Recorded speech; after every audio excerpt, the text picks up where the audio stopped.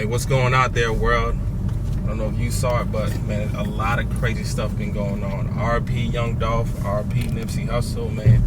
You can really just see it, man. The streets don't love nobody, and I feel like it's a time for healing. I see a lot of people, sometimes we lack love, we lack values in ourselves, worth, and sometimes, you know, we got nothing to lose, and we taking each other off. And my whole thing is like, we glamorize a certain lifestyle, but it really don't benefit us in the real world. For example, I mean, I hear it all the time, how many straps I got, how many work I done put in, and as I get older, I just realize, like, you can't go to the bank and say, hey, I done put all this work on the streets all these years, can I get a house? Can I get a loan for this car? Can I get a loan for this business? And sometimes I feel like we need some healing. Like, we just really need to learn how to communicate with one another, because it seems like every time we talk with one another, it ends up in violence. And in the real world, when you're trying to really make boss moves, business moves, you can't bring all that street talk, all that I'm gonna rah-rah kill you, because Nike, those big companies, ain't gonna want to work with you. And as anyone know, street credit cannot provide for you and your family. So my whole thing is, I just feel like we need to change. Like, we really just got to think things through. I feel also like we got to turn the hood into the neighborhood, because it's just like other communities can come in the same place and they can raise up the pricing, the value, gentrify it. But when we live in there, barely anybody want to shop there because everybody's scared.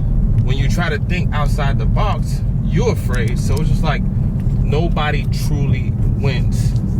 And my whole thing is, we just got to learn how to agree to disagree sometimes. Like, we don't always have to beef or end things in violence. Now, I don't mean you have to be a pushover or weak, but it's okay to make it home safe.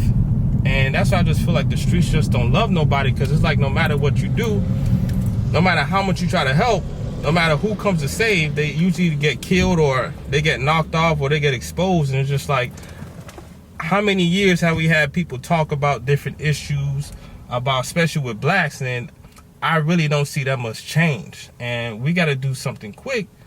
If not, I don't know where the future's gonna be.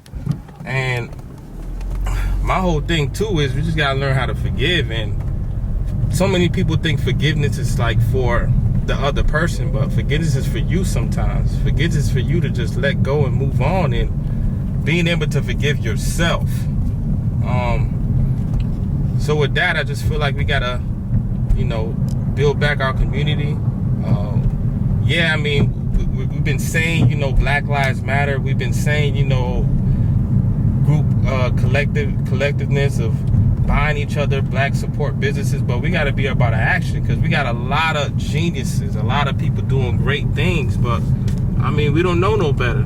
Too many of us don't have the information. So once we get that first strike or that felon on our record, we don't even know that you can't even go live in certain places if you're a felon. They're not gonna allow it. You can't go to certain jobs. Like, certain things are off of you, and that's why you hear all this prison reform. But before that happens, and that really takes action in the masses like they're trying, we still gotta change.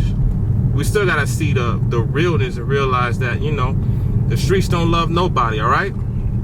I'm out.